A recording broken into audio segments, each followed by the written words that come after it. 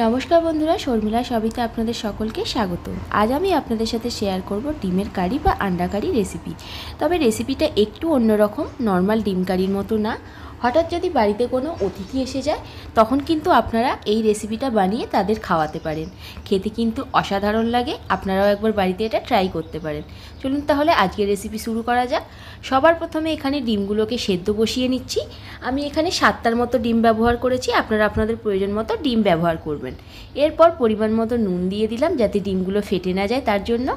এবার ডিম সেদ্ধ হয়ে গেলে তারপরে ডিমের খোসাগুলো ছাড়িয়ে নিলাম। খোসাগুলো ছাড়িয়ে নেওয়ার পর এবার একটা ছুরির সাহায্যে প্রত্যেকটা ডিম আমি এইভাবে কিন্তু গা থেকে কেটে কেটে দিচ্ছি, যাতে তেলে দেওয়ার সময় ডিমগুলো ফেটে না গায়ে ছিটকে পড়ে তার জন্য। এরপর কড়া গরম করে পরিমাণ মতো সর্ষের তেল দিয়ে দিলাম সেদ্ধ করে রাখা ডিমগুলো।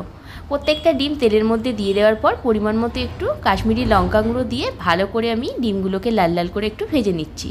ডিমগুলো দেখুন প্রত্যেকটা সাইড কিন্তু ভাজা হয়ে গেছে। এবার এক এক করে এই তেল থেকে কিন্তু আমি ডিমগুলো তুলে নিচ্ছি। আপনারাও এইভাবে তুলে নেবেন। এবার আপনাদের যেটা করতে হবে সেটা হচ্ছে ওই তেলের মধ্যেই দিতে হবে গোটা জিরে আর কেটে রাখা পেঁয়াজ। এবার পেঁয়াজ আর জিরে যখন একটু ভাজা ভাজা হয়ে যাবে তখন বেটে রাখা টমেটো আমি দিয়ে দিলাম।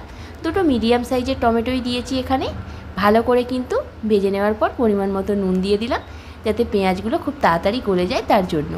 সমস্ত কিছু ভালো করে নাড়াচাড়া করে নেওয়ার পর দিয়ে দিলাম সামান্য পরিমাণ হলুদ গুঁড়ো, দিয়ে দিলাম কাশ্মীরি লঙ্কা গুঁড়ো, দিয়ে ভালো করে আবারও আমি নাড়াচাড়া করে নিচ্ছি। এরপর দিয়ে দিলাম গ্রেট করে রাখা আদা আর রসুন। আপনারা চাইলে এখানে কিন্তু বাটাও ব্যবহার করতে পারেন।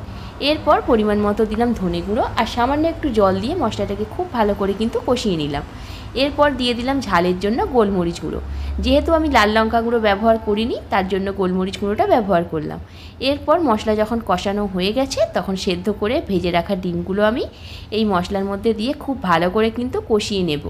এরপর অল্প একটু কিন্তু জল আমি দিয়ে দেব। তারপরে কিন্তু ভালো করে সমস্তটা মিশিয়ে নেব। 5 মিনিট একটু ফুটে যাওয়ার পর দেখুন গ্রেভিটা কীরকম শুকনো হয়ে গেছে। এবার এই শুকনো শুকনো ডিমের কারিটা আমি কড়া থেকে নামিয়ে সার্ভ করে দেব।